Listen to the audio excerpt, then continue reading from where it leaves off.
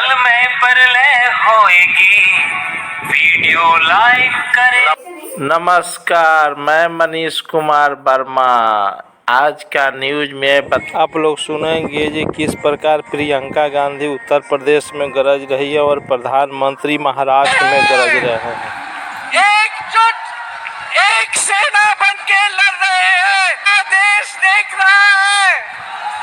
अखिलेश जी, राहुल जी, देखिए ये समाजवादी के कार्यकर्ता और कांग्रेस के कार्यकर्ता एक सेना बन के लड़ रहे हैं। एकजुट एक सेना बन के लड़ रहे हैं और इंडिया गठबंधन को यहाँ उत्तर प्रदेश से विजयी बनाएंगे। में गाड़ दिया है वो गरीब गरीब गरीब गरीब गरीब गरीब गरीब गरीब गरीब गरीब गरीब गरीब गरीब गरीब गरीब गरीब गरीब गरीब आज हमारी आंखों के सामने आर्टिकल 370 की जो दीवार थी ना, वो दीवार को मैंने कब्रिस्तान में गाड़ दिया है।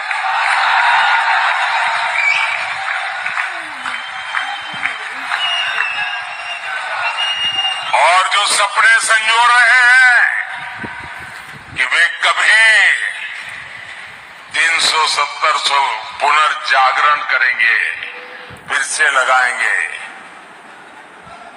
वो कान खोल करके सुन ले। ये विरासत मामूली विरासत नहीं है। दुनिया की कोई ताकत दोबारा 370 नहीं ला सकती।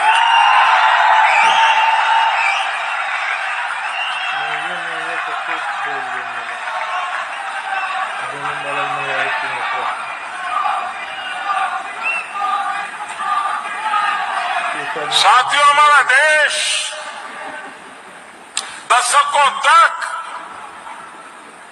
सीरियल बम धमाकों से लहूलुहान होता रहा।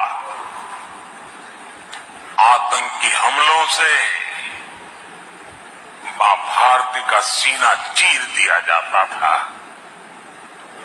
मुंबई जैसे हमारे शहर थर्राते रहते थे। एक ही गूंज सुनाई देती थी कि कहीं कोई लावारिस चीज दिखाई दे तो पुलिस को जानकारी देना। एयरपोर्ट जाओ, स्टेशन पर जाओ, हर जगह पे लिखा रहता है लावारिस चीज को हाथ पर लगाना, लावारिस चीज से चौकन्ना रहना। 10 साल हो गए, सुना है क्या? सब बंद हो गया कि नहीं होगा? ये इनको असंभव लगता था। और अभी राज बता रहे थे 3 तलाक। देश की संसद ने 3 तलाक को ही तलाक तलाक तलाक कह दिया।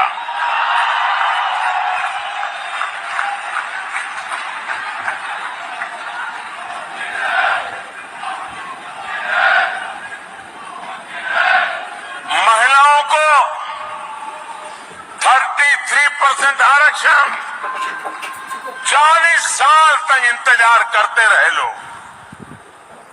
संसद में बहस होती थी और जो आज संविधान को सर पर रख करके नाच रहे हैं, उन लोगों ने पार्लियामेंट में 33% आरक्षण के बिल को छीन करके फाड़ दिया था।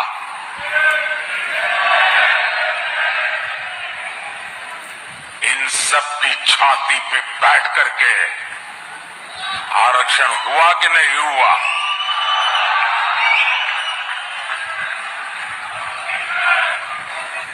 कांग्रेस 60 साल तक कहती रही कि गरीबी हटाएंगे और इनकी तो फैशन थी। और आप सचमुच में थोड़ा जो हिस्ट्री में रुचि रखते हैं, जरा देख लीजिए। आप लाल किले से इन प्रधानमंत्रियों के भाषण सुनेंगे और इन परिवार के सभी प्रधानमंत्रियों के भाषण सुनेंगे तो उनके 20-25 मिनट के भाषण में 10 मिनट वो गरीबी पर बोलते थे।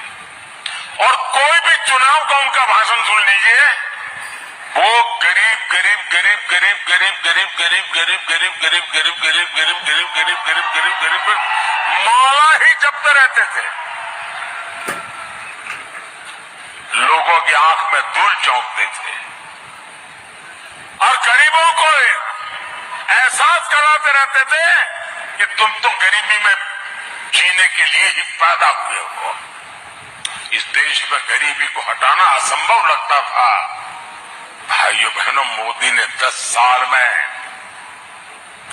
25 करोड़ लोगों को गरीबी से बाहर निकाल करके दिखा दिया है।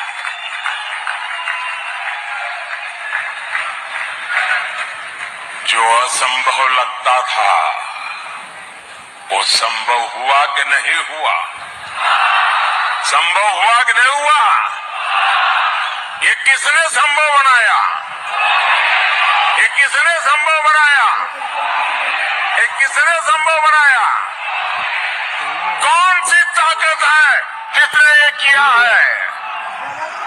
ये कौन सी ताकत है? मोदी नहीं, ये आपके वोट की ताकत है ना, इसके कारण हुआ। ये आपके वोट का सामर्थ्य है। और इसलिए मैं, जो अपने बच्चों का उज्जवल भविष्य चाहते हैं, जो शांति और सुरक्षा चाहते हैं, जो विकास के अनगिनत अवसर चाहते हैं, जो भारत को विश्व में माथा ऊंचा करके जीने वाला देश के रूप में देखना चाहते हैं, ऐसे हर नागरिक को कहता हूं, जरा घर से बाहर निकलिए और अपने वोट का उपयोग कीजिए।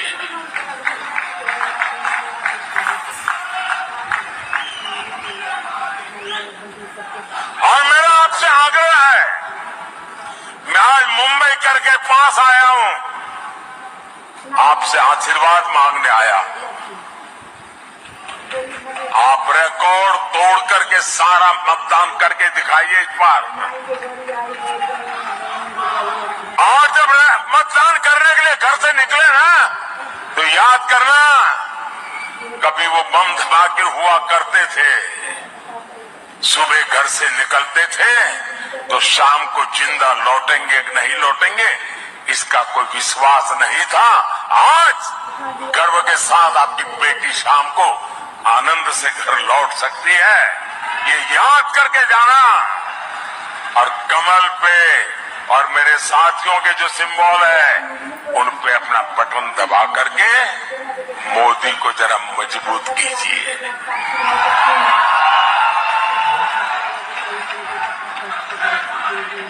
आपका एक वोट राष्ट्र हित में बड़े फैसलों का आधार बना है। और इसलिए एक एक वोट जरूरी है। साथियों, इन लोगों ने जब जनादेश चुराकर सरकार बनाई, मैं महाराष्ट्र की बात कर रहा हूं, जनादेश को चुराकर सरकार बनाई तो विकास कार्यों से भी अपनी दुश्मनी निकाली। बुलेट ट्रेन का काम हो, मुंबई मेट्रो का काम हो, डेडिकेटेड फ्रेट कॉरिडोर हो, जेएनपीटी में कंटेनर टर्मिनल का काम हो, मुंबई से जुड़े हर बड़े खबर देखने और सुनने के लिए देखते रहिए एमएसजेपी न्यूज। सत्य, संघर्ष और अपना ज्ञान बढ़ाने के लिए एमएसजेपी न्यूज एक बार अवश्य देखें। अपना राय कमेंट बॉक्स पर अवश्य भेजें। जय हिंद, भारत माता की जय।